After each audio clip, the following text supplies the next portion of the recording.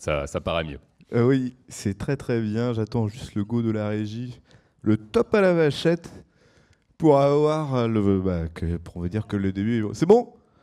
Et bonjour à tous, bienvenue sur la Korean Tour Festival. Je suis en compagnie de Arthur N. Comment ça va? Eh ben écoute, ça va très bien. Merci beaucoup de me recevoir, ça fait plaisir. Eh oui, non, c'est vrai que ça me fait plaisir. C'est vrai que on a su un peu tard que tu venais à la Korean Tour Festival. Et hasard de l'univers, on va dire, je te trouve. Bon, j'avais pris 2-3 bières, mais ça a sans doute aidé un petit peu le contact. Mais dans le métro parisien, en me disant, hey, j'adore ce que tu fais et tout. Tu fais des festivals, des conventions. Et tout. Ouais, la coréenne et tout. Oh, écoute, je fais des interviews à ce festival, donc ça a amené un petit peu, ça a créé un genre de lien inaliénable, je pense. On le gardera toujours entre nous. D'autant que quand tu es arrivé pour me saluer juste avant, je fais, mais je l'ai déjà vu ce type-là. Mais oui. Et tu décolles, et puis après je fais, mais oui, c'est le gars du métro. Donc coïncidence très sympathique. Oui, incroyable. Donc du coup, toi, tu fais des vidéos. Alors, tu as une chaîne YouTube où tu parles de la théorie du bonheur. Tu as aussi TikTok qui traite un peu de ça et qui fait un peu plus de debunk. Est-ce que tu peux un peu mieux résumer ce que tu fais et qu'est-ce que tu fais là, ici, aujourd'hui? Alors, c'est un peu délicat parce que ça part un peu dans tous les sens ce que je Ouais. fais. À la base, effectivement, l'idée, c'était de faire une série où je partageais des raisonnements à propos... alors, en prenant pour fil rouge le bonheur, mais ça me permettait d'aborder des sujets comme notre rapport à la société, notre rapport à nos amis, à nos relations amoureuses, à tout un tas de choses. Et petit à petit, en fait, étant donné que le fil rouge était le bonheur, un des sujets que j'amenais, c'était de dire que une condition au bonheur, c'est quand même d'être capable de naviguer son bateau sur la mer qui est la vie. Désolé pour cette métaphore un peu naze. Et pour ça, en fait, il faut être capable de savoir où on va et de voir en fait le monde tel qu'il est pour prendre des décisions qui sont pertinentes et juste pas être berné par des illusions, quoi. Et d'où un peu une approche progressive de l'esprit critique.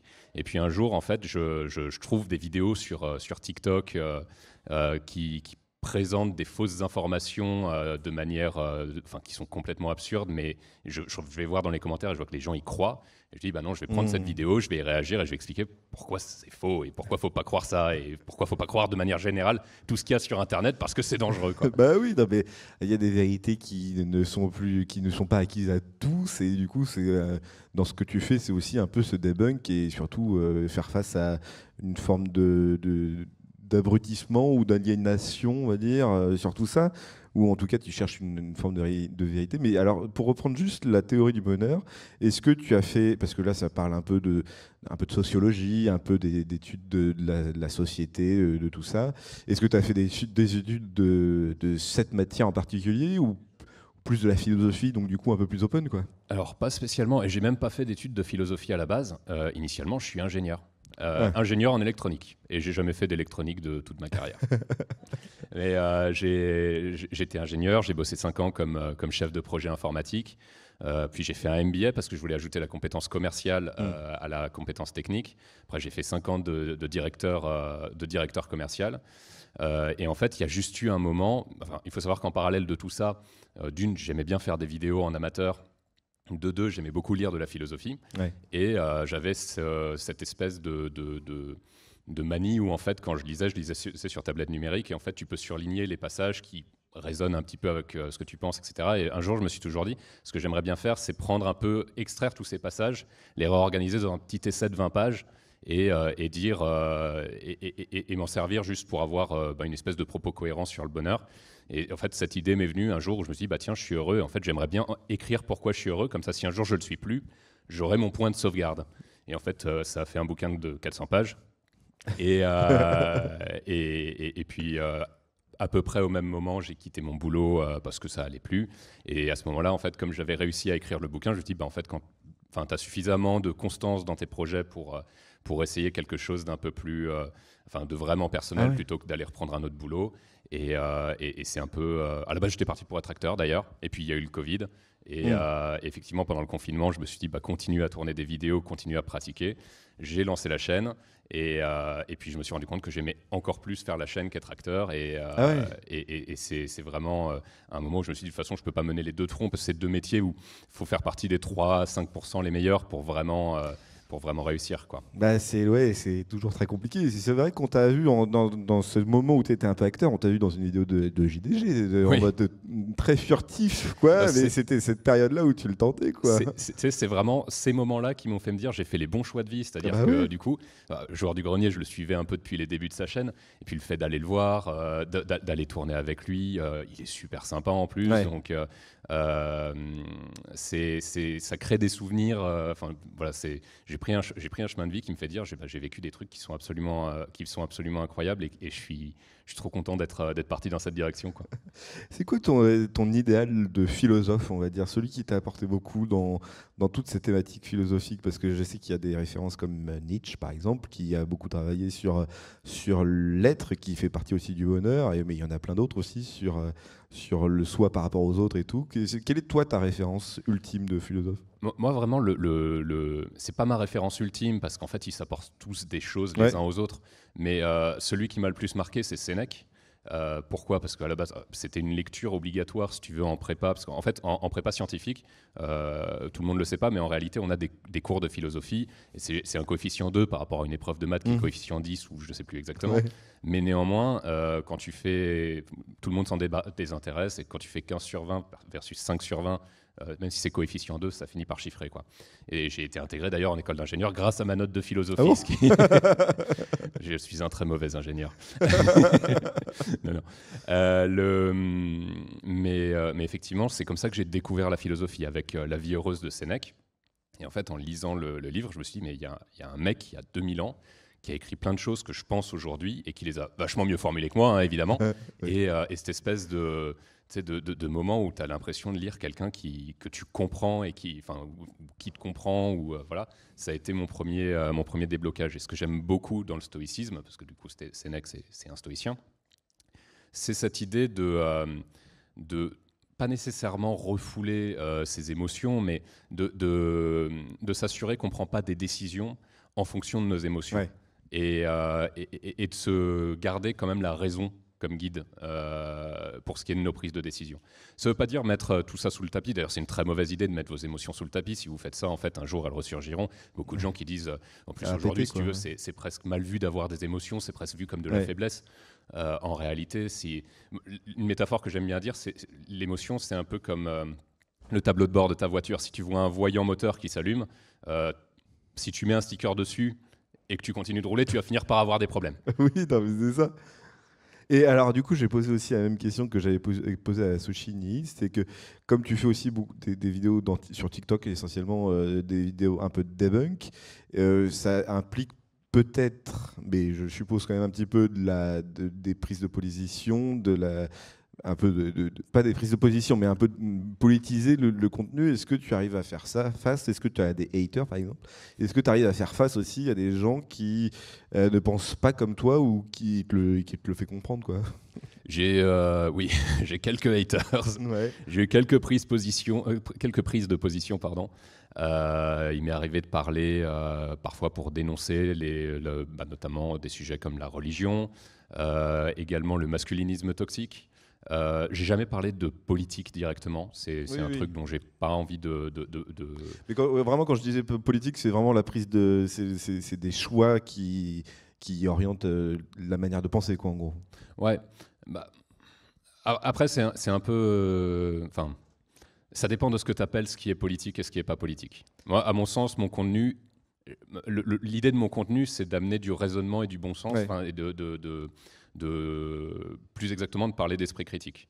Si on dit que faire preuve d'esprit critique est un propos politique, un petit peu comme, je suis désolé, je te repompe tes réponses, Sushi Nihiliste, hein, je sais qu'il est dans la salle, mais oui, effectivement, ça m'inquiéterait beaucoup qu'on me dise que l'esprit critique soit un positionnement politique. Ça devrait être un positionnement de bon sens et d'éducation, tout simplement. Oui, mais du coup, alors, parce que quand tu fais du debunk, sans doute que tu vas prendre aussi des sources, des références pour pouvoir débunker l'information. Alors, je suppose que parfois, c'est des informations qui sont. Il n'y a même pas besoin de sources pour les débunker tellement c'est stupide, mais tu as aussi un processus du coup de recherche quand tu fais tes vidéos ou pas? Ouais. Après, globalement, c'est pareil, les sources que je vais prendre ne sont pas non plus des sources politiques. C'est-à-dire, comme ce sont souvent des sujets scientifiques, il arrive parfois que je fasse un debunk, par exemple, de propos vraiment très masculinistes.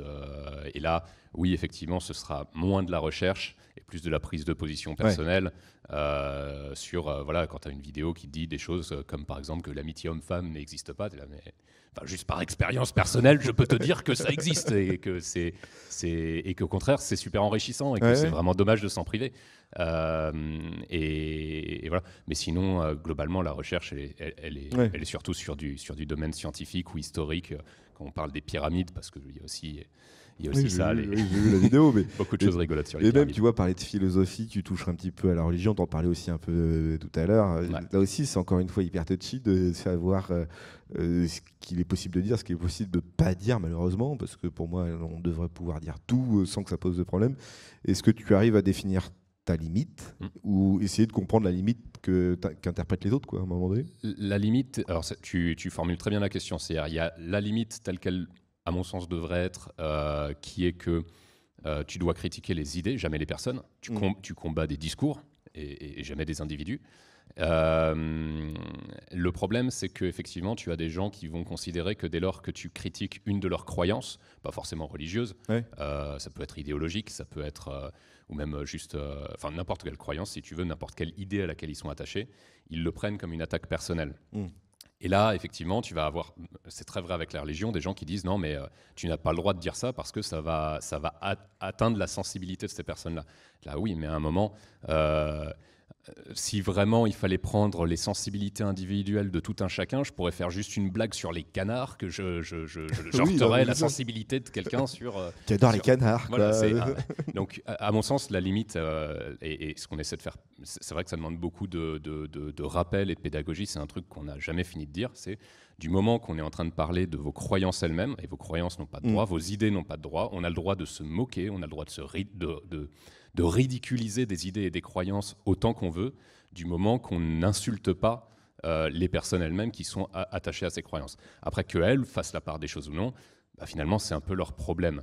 Maintenant, c'est bien si on peut amener les gens à faire la part des choses. Et est-ce que tu penses que tu pourras faire ce travail toute ta vie, ou tu penses que la société va évoluer pour que ça n'arrive plus, que tu n'aies plus besoin de faire ces vidéos? Non, je pense que c'est un peu le mythe de Sisyphe. Tu élimines une croyance, tu finis par réussir à en liquider une, et il y en a une autre qui naît. Ne serait-ce que de toute façon, dès lors que tu as une évolution de la société, une évolution qu'elle soit sociétale ou même technologique, chaque nouvelle technologie amène son lot de croyances. Tu prends quand l'appareil photo a été inventé, tu as eu des croyances de gens qui pensaient qu'être pris en photo, ça te volait ton âme. Et là, on est en train, avec l'IA, d'imaginer encore tout un tas de choses sur la prise de conscience des IA, la prise de contrôle du monde par l'IA. Oui, mais ça, c'est une problématique qui existe depuis toujours, depuis même avant Asimov, sur si une technologie pense, elle pourrait penser par elle-même. Exactement. Et elle pourrait nous juger, surtout. Oui, c'est ça. Est-ce que tu as des projets pour le futur, des gros projets qui a changé ta life en 2025 ? Outre le fait de continuer ce que je fais déjà, parce que je suis loin d'en avoir marre, il y a moi j'ai une vidéo prochaine où j'aimerais pas mal parler de l'agressivité sur Internet. Justement, les raisons pour lesquelles en fait insulter les gens sur Internet, ça me bluffe un peu de dire ça, parce qu'on ne devrait pas avoir besoin de le dire, mais juste j'aimerais bien faire une vidéo argumentée où j'explique pourquoi c'est contre-productif d'insulter les gens sur Internet. Pourquoi ça sert à rien, même des gens avec qui on n'est pas d'accord. Pourquoi ils le font, ça se comprend. Ils sont anonymes, ils déchargent et ils seront jamais jugés, ou ils seront jugés que par eux-mêmes. Donc du coup, ils s'en foutent. C'est ça. Mais bon, arriver aussi à leur faire comprendre que des gens qui insultent sur Internet, souvent eux aussi se sont fait insulter. Finalement, à un moment, leur dire si ça te fait pas plaisir, le fais pas aux autres, quoi. Je veux dire, c'est très basique, mais parfois juste prendre une idée qui est très basique et juste déconstruire en fait pourquoi elle existe, pourquoi elle est là et pourquoi en fait elle est pertinente, ça impacte plus. Ouais, bien sûr. Ouais. Il y a une logique derrière, quoi. Mais bon. Eh ben super, en tout cas merci beaucoup, tu as exactement 5 minutes pour aller jusqu'aux dédicaces. Merci beaucoup en tout cas d'avoir répondu à mes questions. C'était on fait une petite pause et on se retrouve tout de suite. Merci. Merci à toi.